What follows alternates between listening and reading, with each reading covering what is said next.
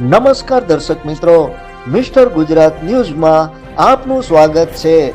ભાવનગર જિલ્લા જેલમાં રહેલા કાચા કામના કેદીને કેદીઓ દ્વારા તેમજ જેલ સ્ટાફ દ્વારા માર માર્યા હોવાનો આક્ષેપ।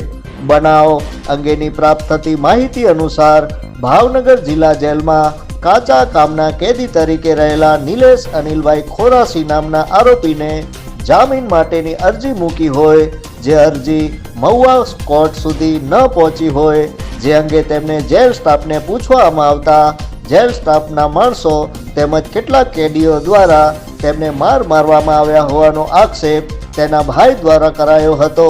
તેમજ આ કેદીએ માનસિક ત્રાસના કારણે જેલમાં આપઘાતનો પ્રયાસ કરતા હાલ તેને સારવાર માટે સર્ટી હોસ્પિટલ ખસેડવામાં આવ્યો હતો।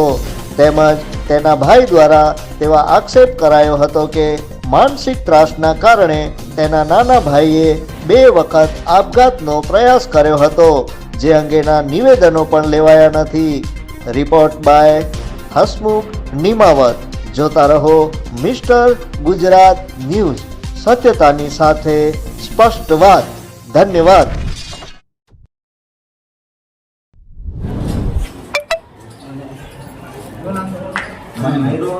पुलिस वाले फूल मायरो बहुत मायरो पुलिस वाले जेलना स्टाफे मायरो फोटो माने केस में पेट કર્યો છે। કોઈ અત્યારે કે કઈ પ્રકરણ છતાંય મને પોતે પુરાવો કર્યા છે। મારું નામ અલ્પેશ અનિલભાઈ ખોરાસી છે। મારો ભાઈનું નામ નિલેશ અનિલભાઈ ખોરાસી છે। તે હાલ ભાવનગર જિલ્લા જેલમાં કાચા કામના કેદી તરીકે અંદર છે, બરાબર।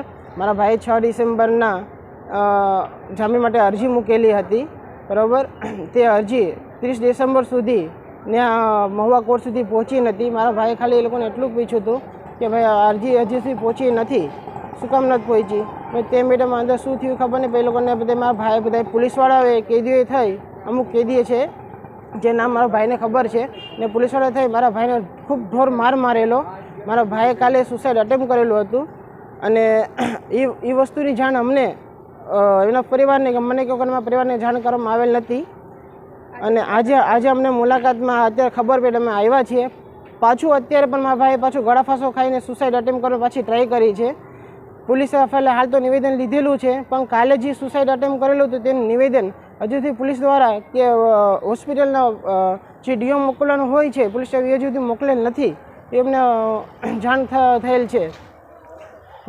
મારો ભાઈને આના પહેલાં કોર્ટમાં લખેલ આપ્યું હતું કે માનસિક ત્રાસ આપે છે જેલ દ્વારા, તેનું પણ અમારી પાસે લખાણ છે।